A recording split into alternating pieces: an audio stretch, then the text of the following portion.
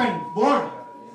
You can't be bored, because today's topic was one of the most important topic that is being taken up all over the planet. And I'm really thankful to all the mentors and all the students who have done research on this to bring this topic, which is a very important topic for all of us. And there are so many world meets which happen all over the world, as you are aware, on health, on education, on terrorism, on so many things. But the biggest meet which happens every year in the world is something about the global environment and global warming meet. And this is one meet which is not attended by diplomats and ambassadors of the countries, but it is directly, the meeting is held by all the presidents and the prime ministers of the country.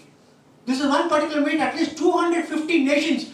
The highest person in the country, that is either some countries has a president and some countries the prime minister is the highest. So who is the highest person? He comes for that meet. And what is the reason? The reason is because they don't want any red tape. They don't want any number of meetings. Whatever decisions have to be taken at the highest level. Because it is so important that all the decisions can't wait for time. Because every year is making a difference. Every year is a challenge to the planet Earth. So that is why it's a very important topic, and I'm sure you must all listen to it attentively, because we are the future generation and we really have to take this very seriously in whatever way we can contribute. It is our duty to take care of the environment. Probably there may be someday in the future, some of you may have some role to play, and in one of you can make a big difference, like many people have made a big difference to environment, to the world, even as a single person. Coming back to the presentation, I'd like to give a big hand to all the participants. Many of you are 11th, many of you are new school, you might have done it in the early school also. I can see that everybody is doing it well. Some are still at a higher level, some are still, have a lot of scope for improving. But I would like to share something. Yesterday, 8th standard life skill was there. I think none of you did see that, but you must have seen that. 8th standard do the life skill is different, but the first time in Jirs, they introduced life skills for product launch. So big hand, you are not here, but a big hand, because at 8th standard, children who were 4 months back in 7th. I remember when we were in 7th, we never knew anything. Because it was a different age, we never had TV, we never had anything. That was in the early 80s, or maybe 77, 78, when I was studying, right? So it was, and I thought when I came here, I thought, okay, just let me be here to motivate children. Probably in the end I gave them some tips on product launch, but they left no room for that. Of course, a lot of credit goes to the teachers and the mentors, who would actually, because it's a high level for them, they might have done a lot of research, they might have done everything, the topics chosen. But the important thing was the delivery. I cannot expect a child of 13 and a half, 14 years to come and explain the presentation and the research which was done so beautifully. There were 3, I missed out 1 or 2 because I came in late. There is a technical problem. First of all, it started with a technical problem, the laptop was somewhere and then they could not connect it. So 15-20 minutes went in that. So in the meanwhile, my madam, the vice principal said, voluntarily asked, anybody, there were children from 4 to 8, and she asked anybody can come and talk on any topic they want. And who were the first students who stood up? All the 4th. All the 4th were the ones who wanted to come and talk. Just imagine, 5th and 6th also were there, but the 4th, everybody wanted to come and talk. Right?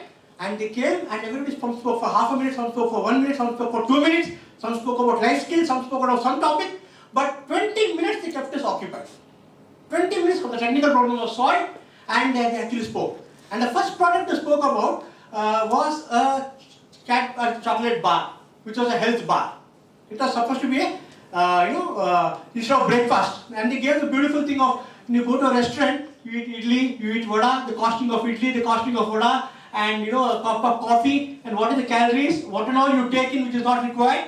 And then they gave the recipe for the health chocolate, and then the other side they gave all the nutritional content. How much of zinc is there, how much of magnesium is there, how much of calcium is there, how much of B1, B2, B6.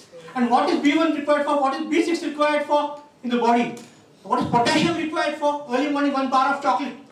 So, of course, they might have not been able to do so much of research, but the important thing is they were able to come and explain it so beautifully. It was so convincing. And the next product was a cube. They called it some cube. And it was a multi-thing, the charger, it was a memory card holder, and it had so many options. But in that, what was interesting is the one of the CEO and the other person, of course, the marketing head and the finance head and all that.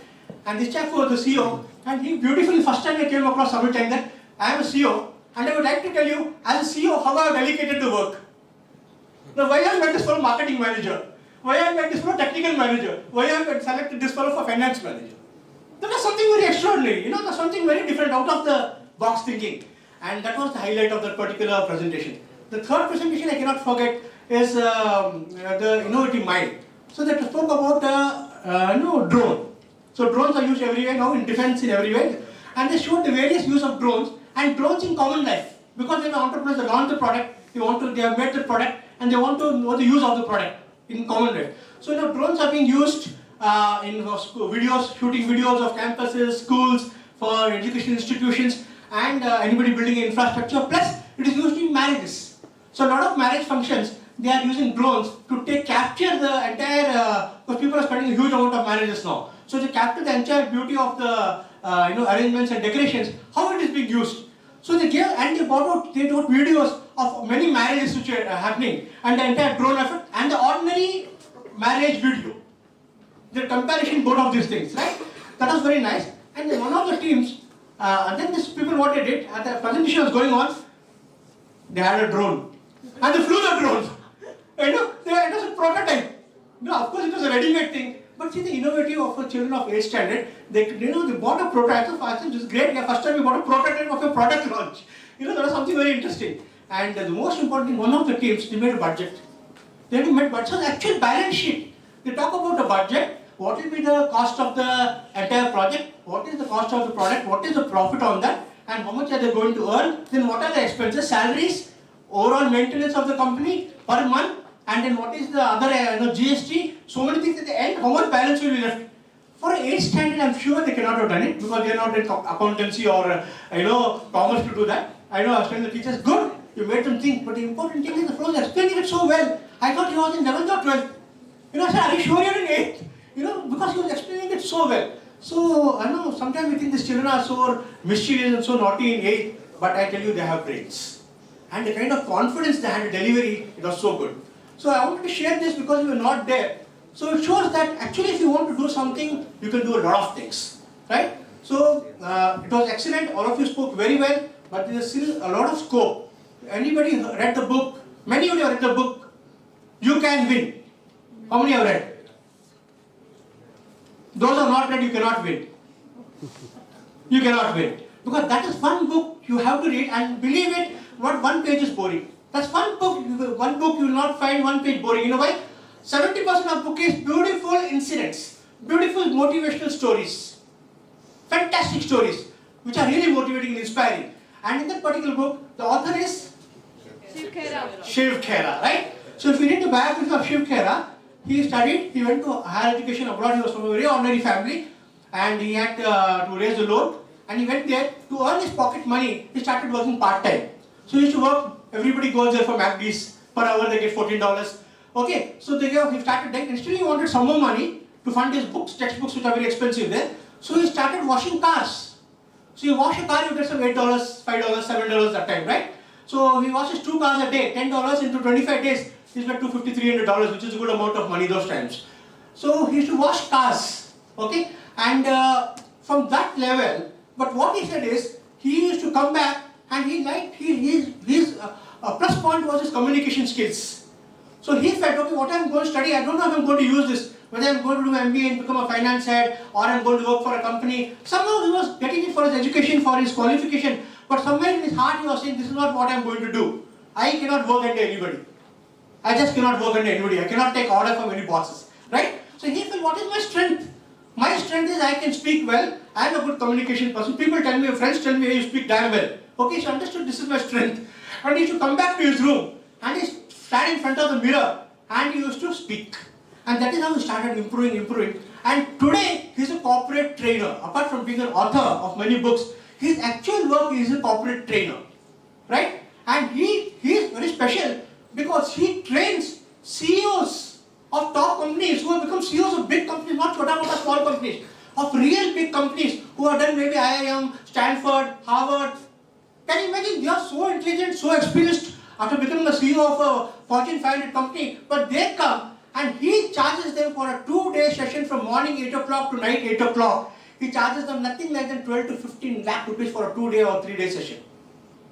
Great money, right? For a 3-day session, and there are at least 30 to 40 CEOs, and he has got set of rules they should follow. CEOs themselves make so many rules, but he makes rules for the CEOs. Anybody walking 1 minute late, there is some punishment for him.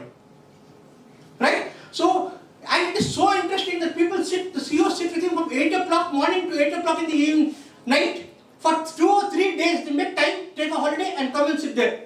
Just imagine what kind of a session, to take a session for CEOs. Unbelievable.